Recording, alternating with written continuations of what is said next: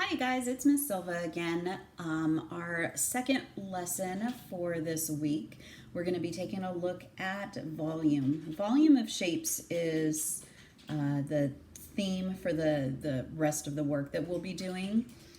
So the shapes that we're going to take a look at are all circular based. So that's why we did our review with circles before.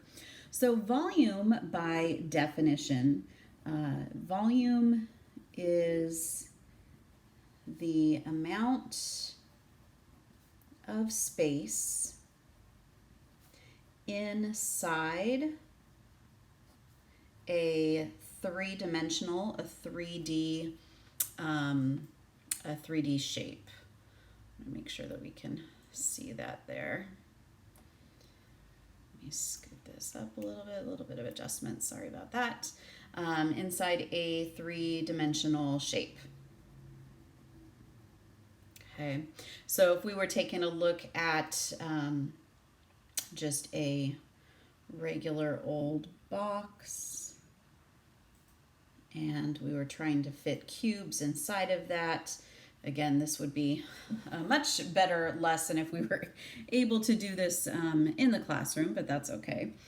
So if we were able to take a shape like that and start filling it with cubes, we could fit in a cube here, cube here, cube here, a couple of cubes back this way, and we could just keep filling that until we had the box completely filled. So there we have one layer of cubes. So there's 3 cubes in the front here, 2 cubes along the side. So that's for one layer.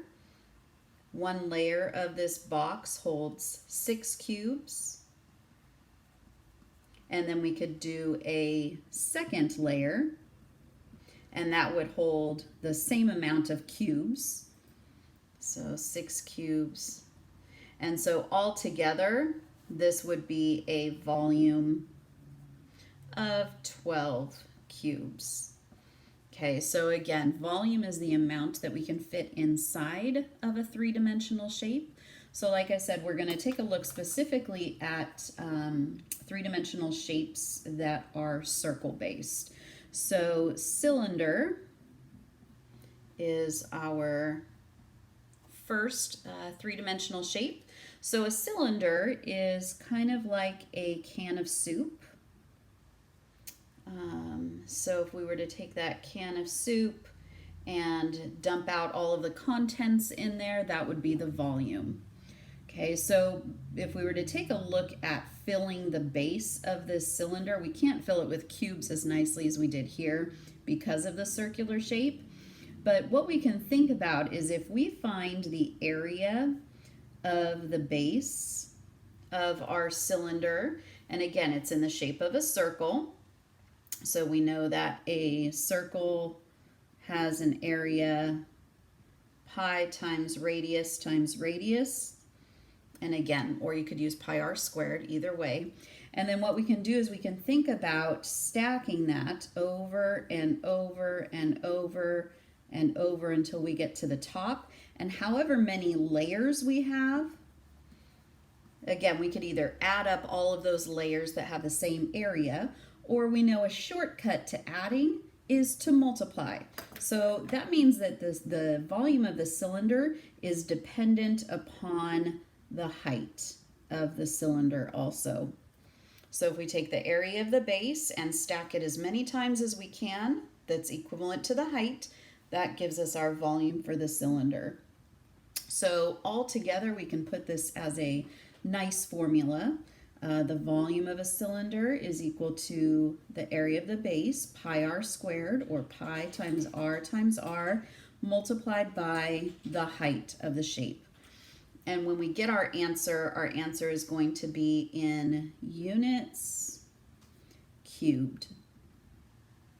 Okay, and that's because we've multiplied 2 radiuses here, or the plural of radius is radii, and a height. So we had 3 dimensions that had units with them. So that's why our exponent with our label is going to be cubed.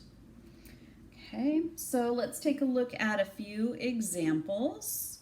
Our first example is going to be finding the volume of a cylinder.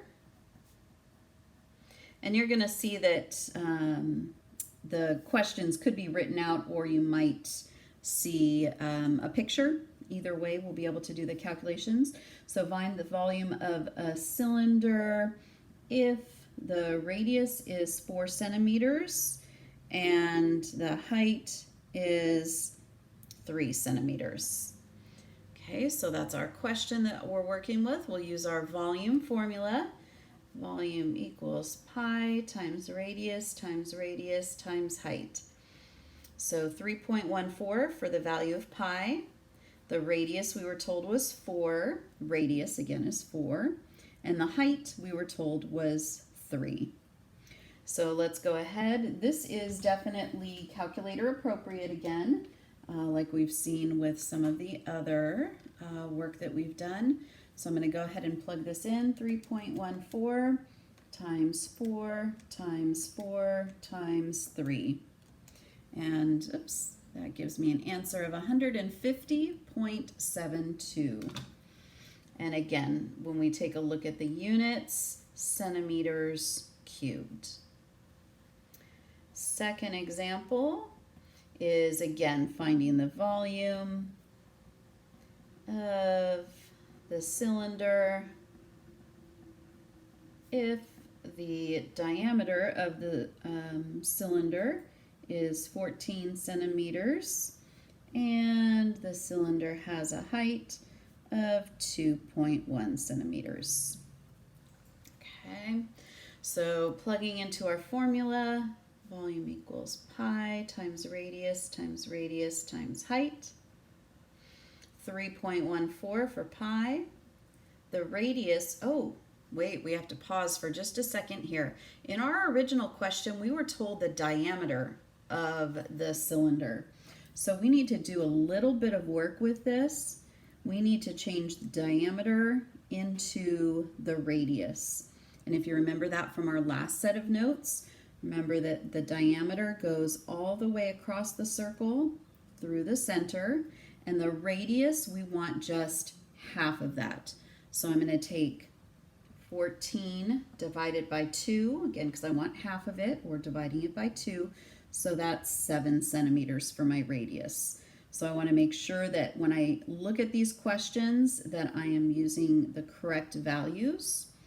My height is 2.1 centimeters. So now we're ready, and again, it's kind of nice that these are calculator appropriate questions. Doesn't matter if we have decimals or whole numbers, we can plug all those in. So 3.14 times 7 times 7 times 2.1, and that gives us a volume of 323.106. Now, a lot of the work that we've seen, the examples that we've done, have given us answers that have been to the nearest hundredth. Here we go to the thousands place, so let's go ahead and look at rounding that.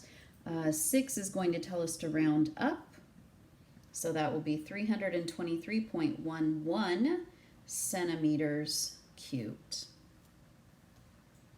All right, and then our last example is going to be working again with the volume of a cylinder, but working a little bit backwards because we are actually going to be given the volume of the cylinder, and we're going to work backwards to find out what the diameter was.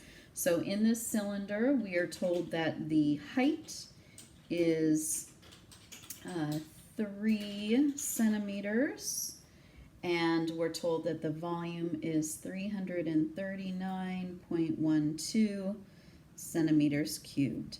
So our job is to find the diameter of the cylinder. So let's go ahead and look at our formula again. Volume equals pi times radius times height. We do know the volume, so 339.12.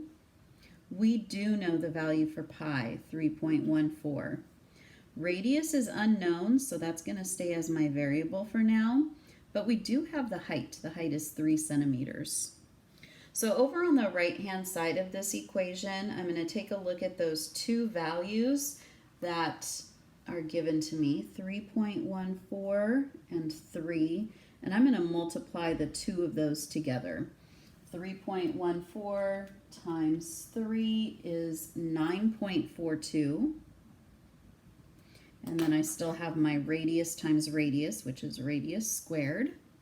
So opposite operations to solve this equation. 9.42 is going to be divided on both sides of the equation. And we'll go ahead and use our calculator to see what 339.12 divided by 9.42 is equal to. It's equal to 36. Oh, that division worked out quite nice. And what we're left with, if you remember from a couple of weeks ago, squared equations. The opposite of squaring an unknown value is to square root. So that gives us our value for radius, which is 6. Remember that in this case, there is no such thing as negative distance, so it doesn't make sense for us to use -6 as a value for this equation. But we are actually not done. The question asks for us to find the diameter. What I have is the radius. So if the radius is 6 centimeters, then the diameter is going to be twice that distance, 6 plus another radius of 6. That diameter is going to be 12 centimeters. And again, this is going to be a value that is just measured in centimeters. It doesn't have cubed. Cubed went with our volume. That's what we had from before. So the distance across the cylinder is 12 centimeters. All right, so that was our start working with volume, the first shape that we worked with. We'll take a look at cones and spheres in the upcoming weeks, and hope everybody is having a great day.